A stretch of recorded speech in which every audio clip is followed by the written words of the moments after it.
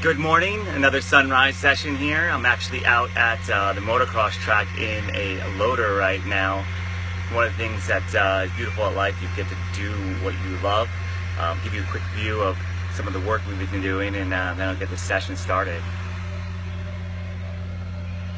So this gets pretty washed out when it rains, but we're going to make this place perfect for people that love motocross, the families and friends that come on out.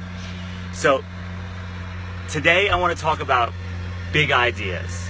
And if you've got big ideas, you gotta pursue them. And there's so many reasons why. And a lot of times what happens to people when they get big ideas, and I'm sure you've gotten them, is you share it with somebody that's in your circle, and they might beat you down a little bit and say, that's not a good idea, or what about this, what about that? And they're not trying to beat you down per se, even though that's what they're effectively doing. Usually what they're trying to do is protect you, because they protect themselves.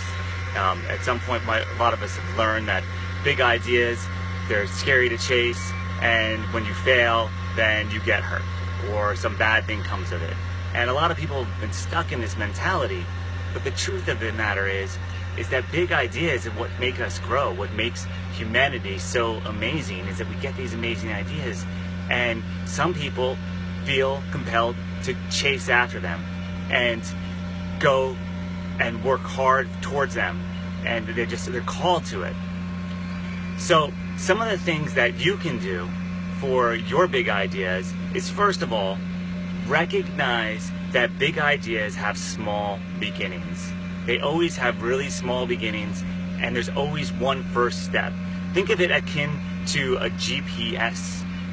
When you're driving, it doesn't give you the entire directions right up front. It gives you the first step that you need to take, or the next step that you need to take, and then maybe one more beyond that. So when you're pursuing a big idea, don't expect to know the whole process and how it's going to be. And that's why a lot of us get scared of our big ideas, is we see how far it is from where we're at, and we get caught up in this idea that you can't get there because it's so far away.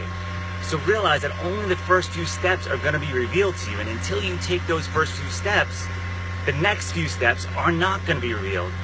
Think of it to this respect: if you have children and you give them a responsibility and they don't handle it and they don't take care of it, or you give them an opportunity and they don't seize it, you don't keep feeding them opportunities. Same thing with friends. Same thing with employees. If you're a CEO of a company, you don't give the big jobs to the guy that didn't get the work done last time, that didn't take the ball and run with it. Same thing with athletics, right? You don't throw the ball to the guy that doesn't even try to catch it. You go throw it to the guy that's willing to dive and make the play. Well, the universe is the same way.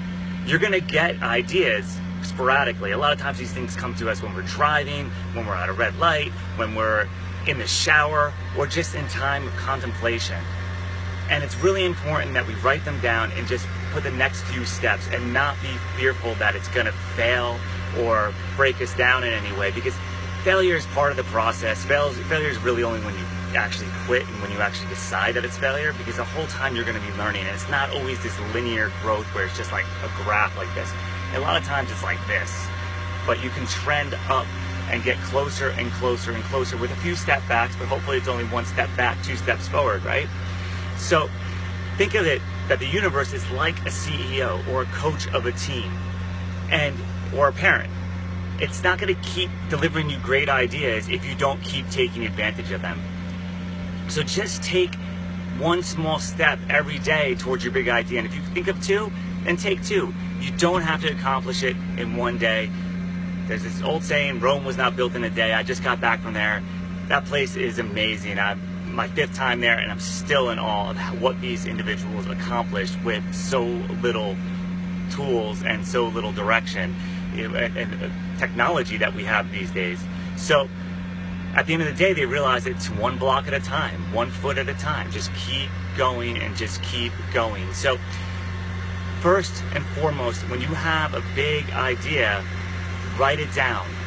Write it down and write down the first action step that you can take to getting closer. If you think of a second or third, great. Don't worry about going farther than that, and then take those actions and then think about the next one. It's not going to be a straight line. Sometimes you will go the wrong direction.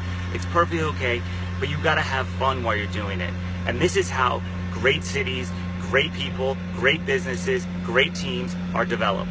Now back to sharing these ideas with the people around you. A lot of times they are going to undermine you, and again, it's not on purpose.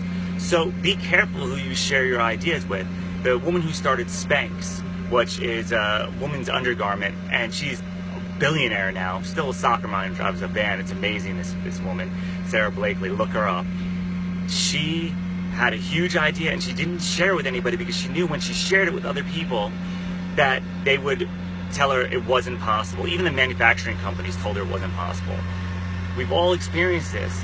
So be careful who you share things with, because they will dead your ideas and bring your excitement and your vibration down. And that's actually why it's so important to have a positive network or a coach, right? Great teams have great coaches. Great businesses have great leaders.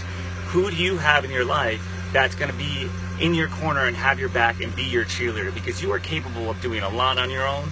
But if people are constantly telling you can't do it, it's infectious. It's like a disease. So be very careful who you share these ideas with. And if somebody doesn't like it, just don't even pursue it anymore. Don't share it with them, because it's only going to serve to slow you down. So find somebody to mentor you, somebody that's been doing it, somebody that has a really positive attitude, just to be your cheerleader and be in your corner. And this is why life coaches, business coaches are so important to have in your life. Since I've been working with coaches this last year, almost a year now, things have taken on a whole new shape for me, and it's so much easier to get through the day. So find somebody that's got your back and try to build that network so you have a group of people that's in your corner. And of course, you need to have their back too, and you need to be supportive in any way you possibly can, because what you do always comes back to you. What you do for others is always going to come back to you. What you think for others is always going to come back to you. So, you know, any of the negativity you have, you got to get rid of too, if you want to be surrounded by positivity. So good luck with it. Feel free to ask any questions. As you see, I'm changing the times that I'm doing this. I can't do them in the morning every single morning anymore. I got a lot of things going on over the next course of the 2 weeks, and it's just been really busy. But thank you for tuning in. Please share it. Please like it. Those things drive me. And you have a great day. Post any questions, and have a great week. We're almost to the weekend. Thank you for watching, and I'm going to post some videos on my YouTube as well, so make sure you subscribe to that. I'll put some links up for you. Wonderful day. God bless you, and keep smiling.